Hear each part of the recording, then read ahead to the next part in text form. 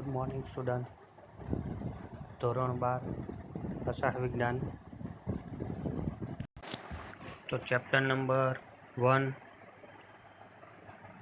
આના આગલા લેક્ચરમાં આપણે જોઈ ગયા હતા કે એકમ કોષોનું વર્ગીકરણ કેટલા પ્રકારે થાય. તો એકમ કોષોનું વર્ગીકરણ બે પ્રકારે થાય છે.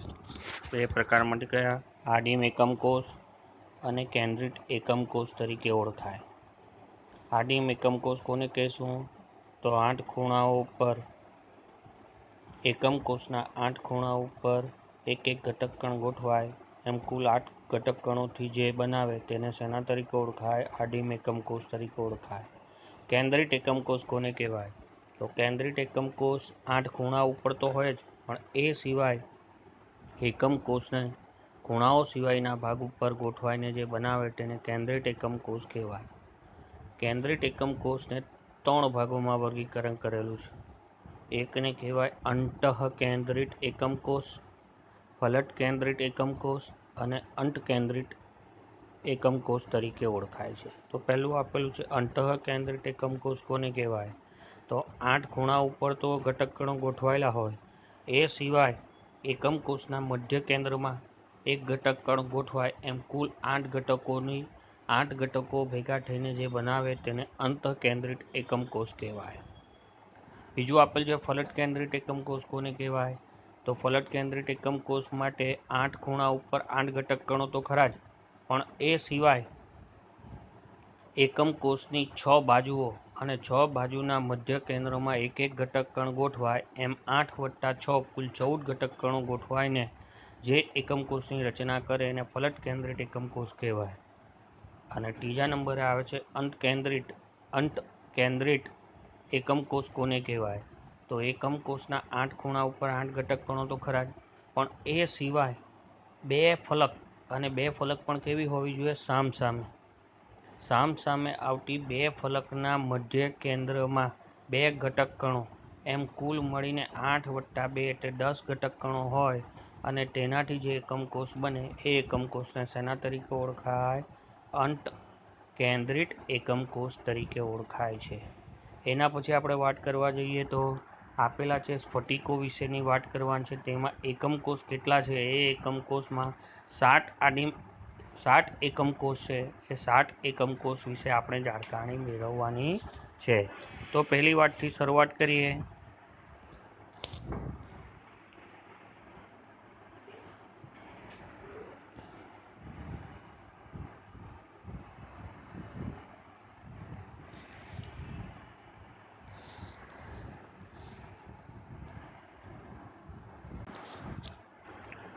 તો સ્ફટિકોના બહોળા વૈવિધ્યનું નિરીક્ષણ કરતાં એવું તારણ કાઢી શકાય છે કે તે બધાનો 7 નિયમિત આકારોમાંથી કોઈ એક એકમોમાં સમાવેશ થાય છે. આ મૂળભૂત નિયમિત આકારોના 7 સ્ફટિક પ્રણાલીઓ કહેવામાં આવે છે. આ 7 જે સ્ફટિકો છે એ પ્રણાલીઓની આપણે ચર્ચા કરવાની છે. તો આપેલા સ્ફટિક કઈ પ્રણાલીમાં સમાવિષ્ટ થાય છે તે ફલકો વચ્ચેના ખૂણા માપીને તથા તેના આકારની મુખ્ય બાબતોને વ્યાખ્યાયિત કરવા કેટલાક અક્ષોની જરૂર પડે છે અને તેને નિર્ધારિત કરી શકાય છે. તો આ બધા આપણને જે આપેલા છે 7 આકારો, એને છૂટા પાડવા માટે અથવા એને સમજવા માટે આપણે પેલા 6 પરિમાણોની જરૂરિયાત છે. 3 ખૂણાઓ અને 3 બાજુના જે પરિમાણો છે એ પરિમાણો દ્વારા આકૃતિઓ શીખવાની છે અને એ આકૃતિને ટેબલ દ્વારા આપણે યાદ રાખવાનું છે. ચાલો જુઓ. તો આપેલા છે 7 આદિમ એકમ કોષો અને તેમને કેન્દ્રિત એકમ કોષમાં શક્ય વિચલનો કેટલા? તો આ વિચલનો વિશે આપણે કંઈક શીખીએ. તો એમાં આપેલ છે સ્ફટિક પ્રણાલીના નામો, પછી વિચલનો, અને એમાં આપેલા છે ધારની લંબાઈ. તો આપણે ધારની લંબાઈ 3 શીખી ગયેલા, A, B, C, અને ખૂણાઓની વાત કરી ગયેલા તો આલ્ફા, બીટા અને ગેમા કેટલા હોય અને એના પ્રમાણે ઉદાહરણો આપણે યાદ રાખવાના છે. તો પહેલાં આપેલું છે કયા છે સ્ફટિક પ્રણાલીમાં 7 આદિમ એકમ કોષોમાં સમઘનીય એકમ કોષ કોને કહેવાય? ચતુષ્કોણીય એકમ કોષ કોને કહેવાય? ઓર્થોરોહમ્બિક એકમ કોષ કોને કહેવાય? એ સિવાય આપણે જાણીએ તો ષટકોણીય એકમ કોષ કોને કહેવાય? રોહોમ્બોહેડ્રલ એકમ કોષ કોને કહેવાય? અને મોનોક્લિનિક એકમ કોષ અને ટ્રાયક્લિનિક એકમ કોષો એમ 7 આદિમ એકમ કોષોમાં એનું વર્ગીકરણ થયેલું હોય છે અને તેની ચર્ચા આપણે કરવાની છે. તો એ પ્રમાણે આપણે જોતા જઈએ તો પહેલું આપેલું છે સમઘનીય એકમ કોષ કોને કહેવાય અને એમાં વિચલનો કયા કયા જોવા મળે? તો સમઘનીય ઘન પદાર્થ હોય એટલે કોઈ પણ પદાર્થ હોય તો એમાં કયા કયા વિચલનો હોય? તો એમાં આદિમ એકમ કોષ એટલે 8 ખૂણા ઉપર હોય તે પણ હાજર હોય. અંતઃકેન્દ્રિત 8+1 એટલે 9 ઘટક કણોથી બનતા તે પણ હાજર હોય. અને ફલક કેન્દ્રિત તો 8+6 6 બાજુના ફલક કેન્દ્રના મધ્યમાં ઘટક કણો ગોઠવાયેલા હોય. તો આવા 3 શક્ય વિચલનો અંદર હાજર હોય છે. તો એમાં ઢાળની લંબાઈ કેવી હોય? તો એમાં ઢાળની લંબાઈ A બરાબર B બરાબર C એટલે આ કેવું થાય? ચોરસ જેવું થાય. ઉપર આકૃતિ તો આપેલી છે એટલે આટલું જોઈને પછી બતાવું. અને એમાં ખૂણાઓ કેવા હોય? તો આલ્ફા, બીટા અને ગેમા 90 એટલે આને શું કહેવાય? એક રૂમ જેવું, આપણો રૂમ છે એ રૂમ ધ્યાનથી જોશો તો એક ચોરસ જેવો દેખાય, સમચોરસ. અને 4 બાજુઓ સરખી હોય, ઉપર અને નીચે પણ સરખું હોય, એના 8 ખૂણાઓ આવેલા હોય, તેનાથી જે બને તેને એક સમઘન તરીકે ઓળખાય છે. તો એમાં બધી બાજુઓ સરખી, બધા ખૂણાઓ સરખા. અને ઉદાહરણો એમાં કયા જોવા મળે? યાદ રાખવાના 3માંથી એક યાદ રાખો ચાલશે. NaCl, ઝિંક, બ્લેન અને કોપર. MCQમાં ખાસ પૂછાય એવું છે, છતાં પણ એને જોવા જેવું છે. તો એનો આકાર આપેલો છે ઉપર, સમઘનીય આકાર કોને કહીશું તે. તો સમઘનીય આકાર માટે આપેલું છે જો, તો એમાં શું આપેલું છે? A બરાબર B બરાબર C અને બીજું આપેલ છે આલ્ફા 90, બીટા 90 અને ગેમા 90. એટલે આલ્ફા, બીટા અને ગેમા 3 કેવા હોય? 90 ઉપર ગોઠવાયેલા હોય છે. એ સિવાય આપણે બીજી વાત કરીએ તો બીજું આપેલ છે ચતુષ્કોણીય.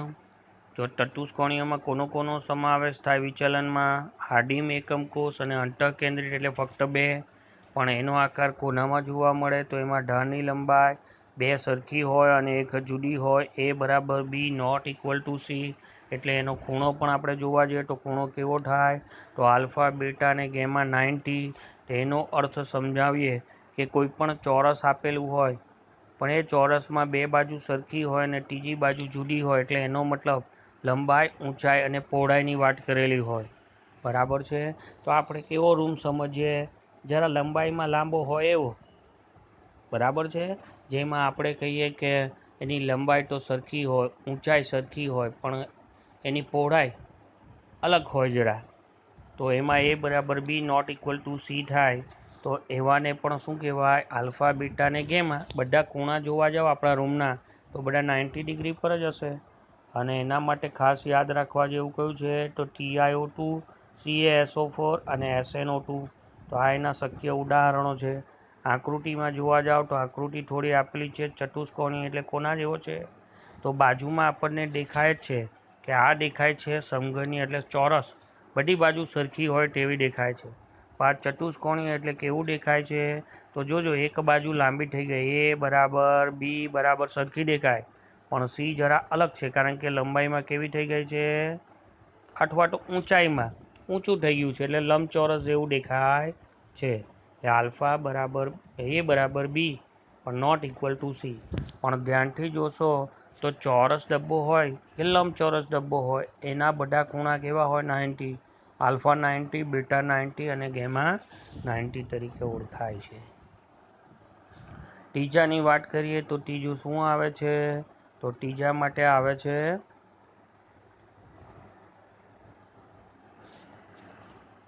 ઓર્થોરોહમ્બિક.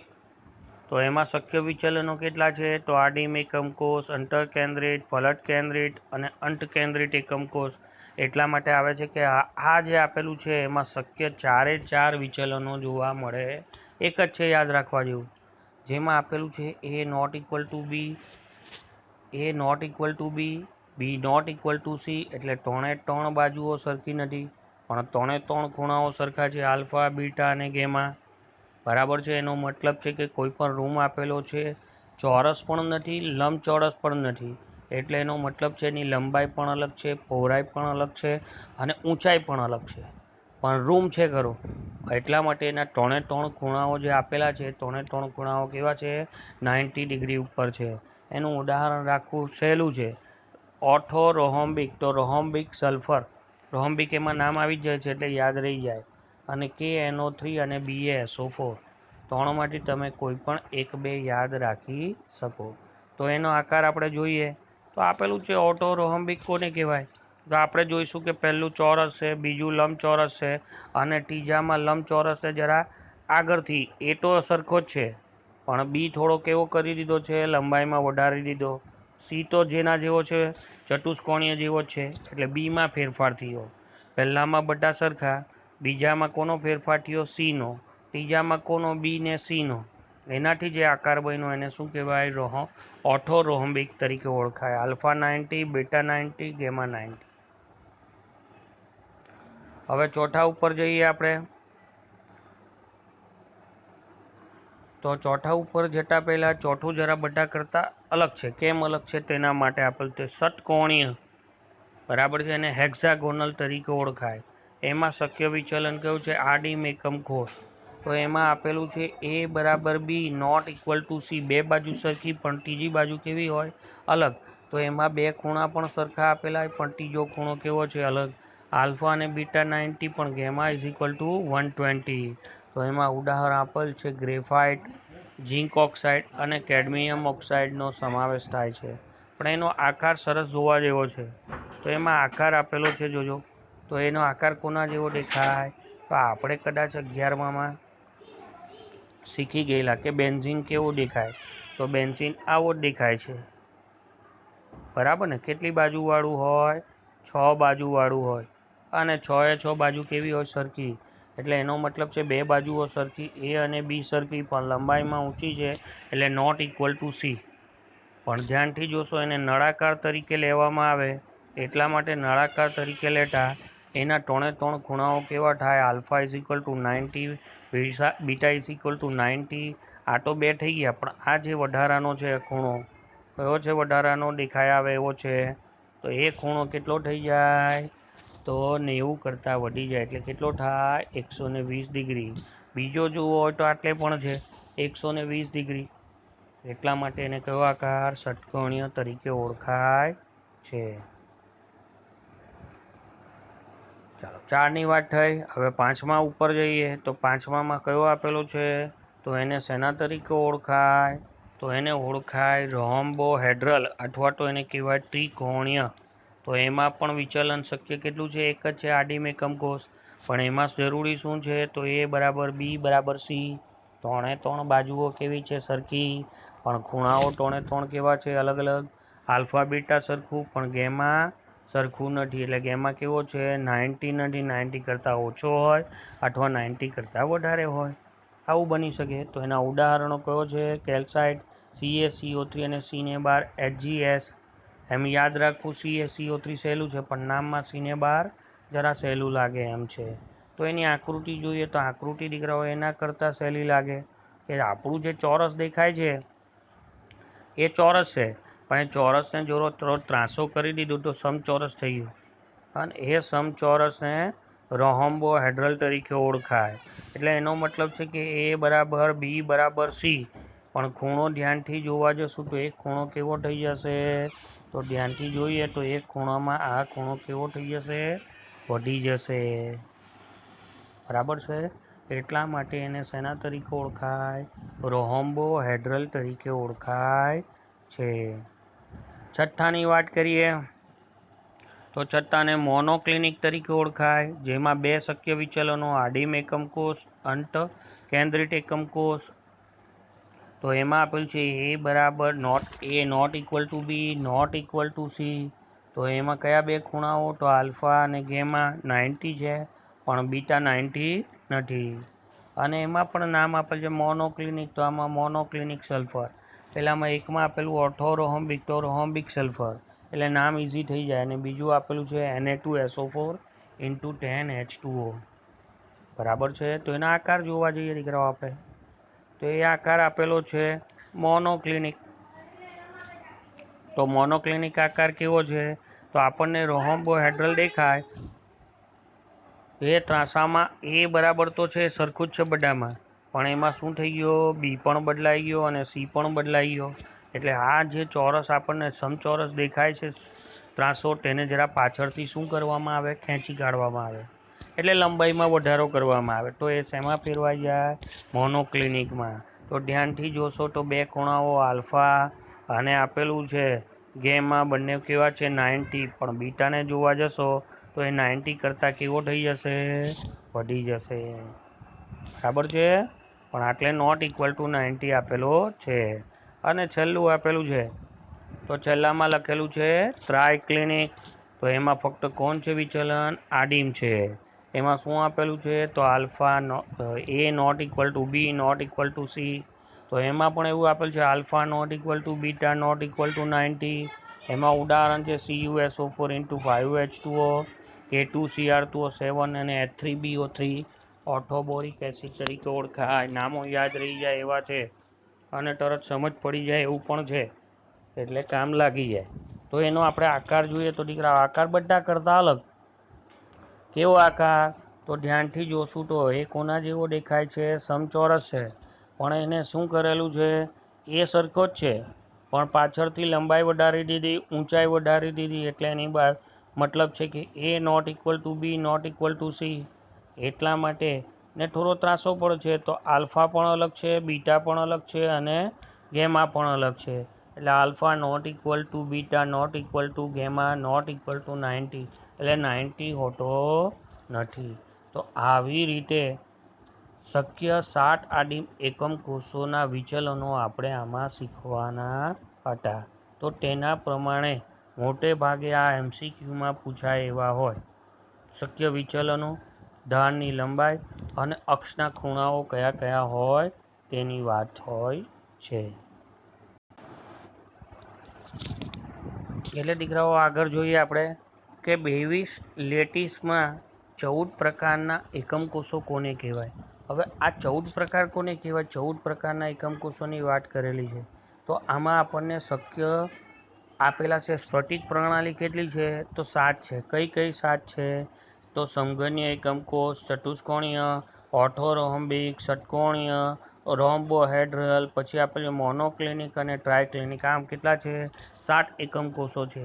એ 7 એકમ કોષો કેટલા વિચલનો ધરાવે છે? તો વિચલનોનો સરવાળો કરશો તો કુલ કેટલા થશે? 14. એમ બેવિસ લેટિસના 14 પ્રકારના એકમ કોષો જોવા મળે છે. ખ્યાલ આવે છે? સમજ પડે છે કાંઈ? તો એમાં પહેલું આપેલું છે સમઘનીય લેટિસના એકમ કોષો કયા હોય? તો સમઘનીય લેટિસના એકમ કોષોમાં કેટલા વિચલનો? 3. કયા કયા છે? તો આડીમ એકમ કોષ, અંતકેન્દ્રિત એકમ કોષ અને ફલટ કેન્દ્રિત. એટલે આ ત્રણ પ્રકારના એકમ કોષોનો સમાવેશ શેમાં થાય?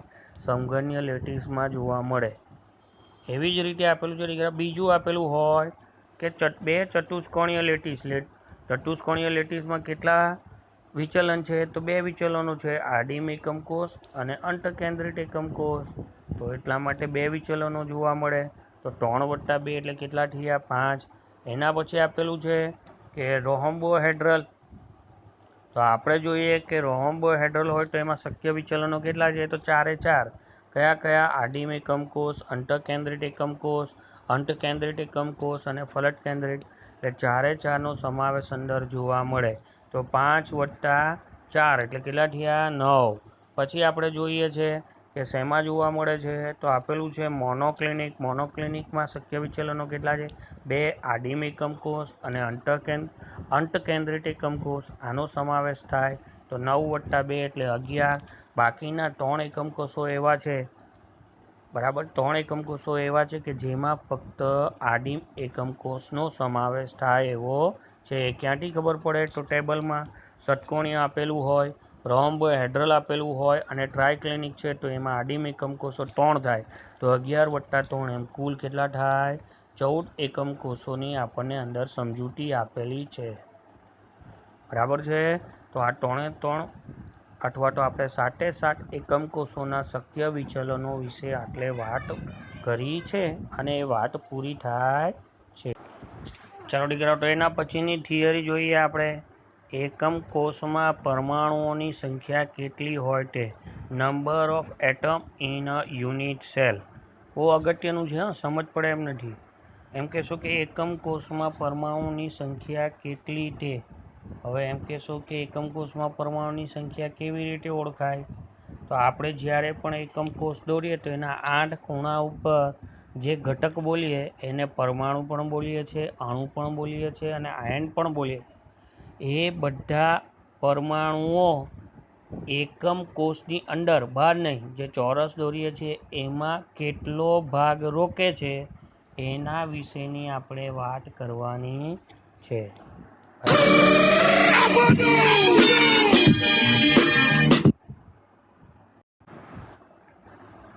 તો કોઈપણ સ્ફટિક લેટીસ વિપુલ સંખ્યામાં એકમ કોષની બનેલી હોય છે.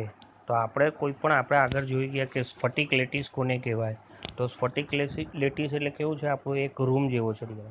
એને રૂમને નાના નાના ભાગોમાં વિભાજિત કરીએ તો એવું કીધું છે કે સૌથી નાનો ભાગ હોય તે પણ કોના જેવો દેખાય? રૂમ જેવો જ દેખાય.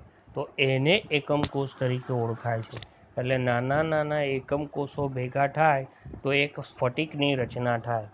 તો દરેક લેટીસ બિંદુ એક ઘટક કણની પરમાણુ, અણુ કે આયનમાં રોકાયેલો હોય એટલે કહેવાય. એટલે ધારો કે આપણે રૂમ કહીએ, પણ રૂમનો આપણે એક ખૂણો જોઈએ ને, તો એ 3 ધારો હશે. પણ એ એક ખૂણો છે તેને એક પરમાણુ પણ કહી શકાય, એક અણુ પણ કહી શકાય અને એક આયન પણ કહી શકાય. કેવી રીતે ઓળખાય તે દીકરાઓ જરા બતાવી દઉં. એટલે આપેલું છે, તો ધારો કે એક આવો ચોરસ આપેલો હોય. ચોરસ એટલે આપણે કેવું કહેવાય? તો આ થઈ ગયો આપણો રૂમ. બરાબર છે. આ રૂમની વાત કરી તો આ રૂમમાં શું દેખાય છે? તો એક આપણને તો ચોરસ જેવું દેખાય છે. પણ આ ચોરસમાં ધારો કે આ 3 દેખાય છે, 3 લાઈનો ભેગી થાય અને ત્યાં એક આવો હું ગોળો પસંદ કરું છું. ગોળાને શું કહી શકાય? ઘટક કણ પણ કહી શકાય, પરમાણુ પણ કહી શકાય, અણુ પણ કહી શકાય અને આયન પણ કહી શકાય. પણ આમાં શું વાત કરવાની છે? રોકાયેલા ભાગની વાત કર. રોકાયેલો ભાગ એટલે દીકરાઓ ક્યાં છે? તો હું આવું એક ગોળ દોણું, આવો સરળતાથી સમજ પડે એવો. બરાબર છે. પણ આ જે ગોળાકાર ભાગ છે એ ગોળાકાર ભાગ આ ચોરસની અંદર કેટલો ભાગ રોકે છે? તો આટલો ભાગ. બાકીનો બધો કેવો થઈ જાય? તો ખાલી થઈ જાય. બરાબર છે. તો આવા 8 ઘોડાઓને ભેગા કરો તો કેટલા ઘોડાઓ બને? એના વિશેની વાત આપણે કરવાની છે. તો આપણે ગણતરી કરીએ કે દરેક કણનો કેટલો ભાગ વિશિષ્ટ એકમ કોષમાં સમાવિષ્ટ છે. તો આપણે 3 પ્રકારના સંઘનીય કોષને ગણતરીમાં લઈશું અને સરળતા ખાતર ધારી લઈશું કે દરેક ઘટક કણ કોણ છે? એક પરમાણુ છે. કોણ છે? એક પરમાણુ છે. એટલે આપણે પહેલી વાત કરવાની છે. કોની વાત કરવાની છે? તો આપણે પહેલી વાત કરીએ આદિમ ઘન એકમ કોષની વાત કરીએ. કોની વાત કરીએ? આદિમ ઘન એકમ કોષ. એટલે એને શેના તરીકે ઓળખાય? તો દીકરાઓ એને ઓળખાય પ્રિમિટિવ એકમ કોષ તરીકે ઓળખાય. કયા એકમ કોષ તરીકે? તો પ્રિમિટિવ ક્યુબિક યુનિટ સેલ. અથવા તો આપણે કહીએ તો એને કહેવાય સિમ્પલ યુનિટ સેલ. બરાબર છે. તો આદિમ એકમ કોષને માત્ર તેના ખૂણા ઉપર જ પરમાણુઓ આવેલા હોય. ખૂણા પરનો દરેક પરમાણુ આકૃતિમાં દર્શાવ્યા પ્રમાણે નજીકના 8 એકમ કોષો સાથે ભાગીદારી કરેલી હોય છે. તો આ જે વાત કરેલી છે તે આકૃતિ બતાવે છે કોની છે? સ્ફટિકની છે દીકરા. એ સ્ફટિકમાં ધ્યાનથી જોવા જશો તો 1, 2, 3, 4, પછી આ 5, પછી આ 6, પછી 7 અને પાછળની બાજુએ 8, એમ 8 નાના નાના એકમ કોષો છે. એટલે આપેલું છે કે 4 એકમ કોષો એક સ્તરમાં છે અને 4 એકમ કોષો ઉપરના અથવા નીચેના અથવા તો આપણે પાછળના સ્તરમાં છે એવું પણ કહી શકાય. આથી પરમાણુઓનો અણુનો આયનનો 1/8 ભાગ વિશિષ્ટ એકમ કોષમાં સમાવેશ થાય છે. અથવા તો આપણે મેથ્સમાં ગણિતમાં ભણીએ એવી રીતે કે આપેલું હોય કે એક ખૂણો એકમ કોષનો કેટલો ભાગ રોકે, તો 8 ખૂણા એકમ કોષના કેટલા ભાગ રોકશે, એટલે કેટલા થશે? 1/8 જેટલો થશે. એટલે એક ભાગ કેટલો ભાગ, એક ઘટક કણ કેટલો ભાગ રોકે છે? તો 1/8 જેટલો ભાગ રોકે છે. તો એવા એકમ કોષના કેટલા ખૂણા દેખાય છે? તો 8 ખૂણા દેખાય. તો એનો મતલબ શું થાય કે 8 ખૂણા ઉપરના એકમ કોષ કેટલો ભાગ રોકશે? 1/8 જેટલો ભાગ રોકે. તો એનો ગુણાકાર કરતાં આપણને શું જવાબ મળે? 1 જવાબ મળે. એટલે ધ્યાનથી જોશો તો આ જે ઘોડો આપું છું એ ઘોડો દેખાય છે ને, એ ઘોડો આમાં કેટલો ભાગ રોકે? તો હું આટલું આ ભૂરા રંગથી બતાવું તો એને કેટલો ભાગ કહેવાય? 1/8 જેટલો ભાગ કહેવાય. કેટલાનો? એક ઘોડાનો. તો 8 ઘોડાના કેટલા ભાગ થાય? તો 8 ગુણ્યા 1/8 એટલે 1. એટલે આ બધા ભેગા કરે તો પાછો એક જ ઘોડો બને, એટલે એને એક પરમાણુ કહેવાય. કેટલા પરમાણુ કહેવાય? તો આદિમ ઘન એકમ કોષને 3 જુદી જુદી રીતે દર્શાવાય છે. તો દરેક નાના ગોળા સ્થાન ધરાવતા કણનું માત્ર શું છે? કેન્દ્ર, અને નહીં કે તેનું વાસ્તવિક કદ. આવી રચનાઓને ખુલ્લી રચનાઓ અને ઓપન સ્પેસ કહેવાય. તો ખુલ્લી રચનાઓના કણોની ગોઠવણીને અનુસરવું વધુ સરળ પડે છે. એટલા માટે એકમ કોષની કણના વાસ્તવિક કદની રજૂઆત કરતું અવકાશીય ભરતી ચિત્ર તરીકે ઓળખાય છે. સ્પેસ ફિલિંગ એટલે કેટલો ભાગ રોકાય છે એ તમને બતાવે છે. બરાબર છે. બીજા ઘોડાની વાત કરીએ દીકરાઓ, તો બીજા ઘોડો પણ હું આવી રીતે પાડું, પણ એનો કેટલો ભાગ આમાં રોકાયેલો દેખાય છે? તો પાછું એના જેમ જ છે. આવી રીતે જે ભાગ દેખાય ને પૂર્તિ કરું એટલો ભાગ રોકાયેલો હોય છે. તો એના ઉપરથી તમને થોડું ઘણું સમજ પડે એમ છે.